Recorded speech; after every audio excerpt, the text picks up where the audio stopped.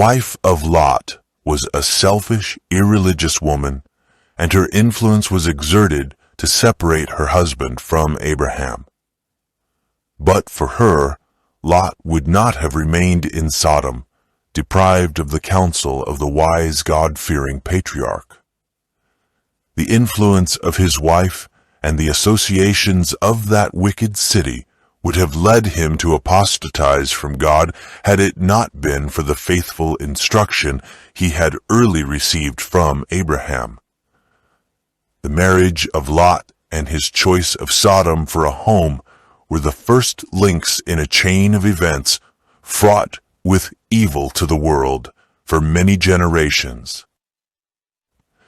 No one who fears God can, without danger, connect himself with one who fears him not. Can two walk together, except they be agreed? Amos 3, verse 3.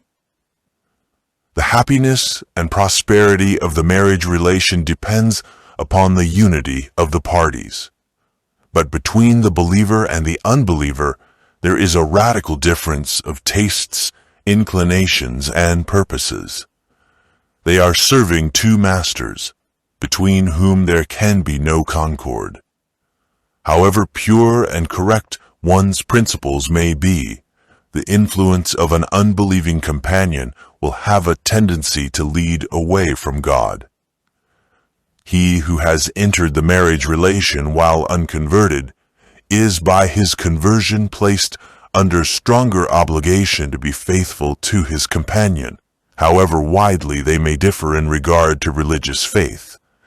Yet the claims of God should be placed above every earthly relationship, even though trials and persecution may be the result.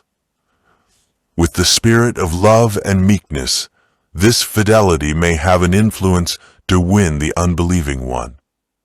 But the marriage of Christians with the ungodly is forbidden in the Bible.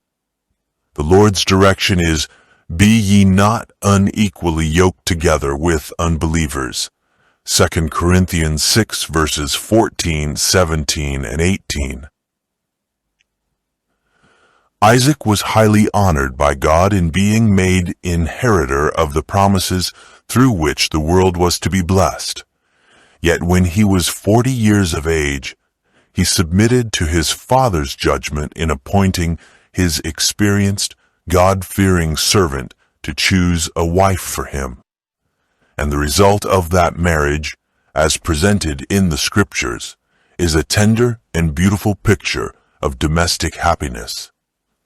Isaac brought her into his mother Sarah's tent and took Rebekah, and she became his wife, and he loved her, and Isaac was comforted after his mother's death.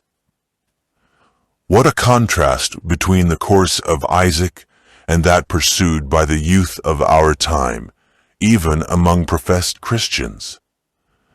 Young people too often feel that the bestowal of their affections is a matter in which self alone should be consulted, a matter that neither God nor their parents should in any wise control. Long before they have reached manhood or womanhood, they think themselves competent to make their own choice without the aid of their parents. A few years of married life are usually sufficient to show them their error, but often too late to prevent its baleful results.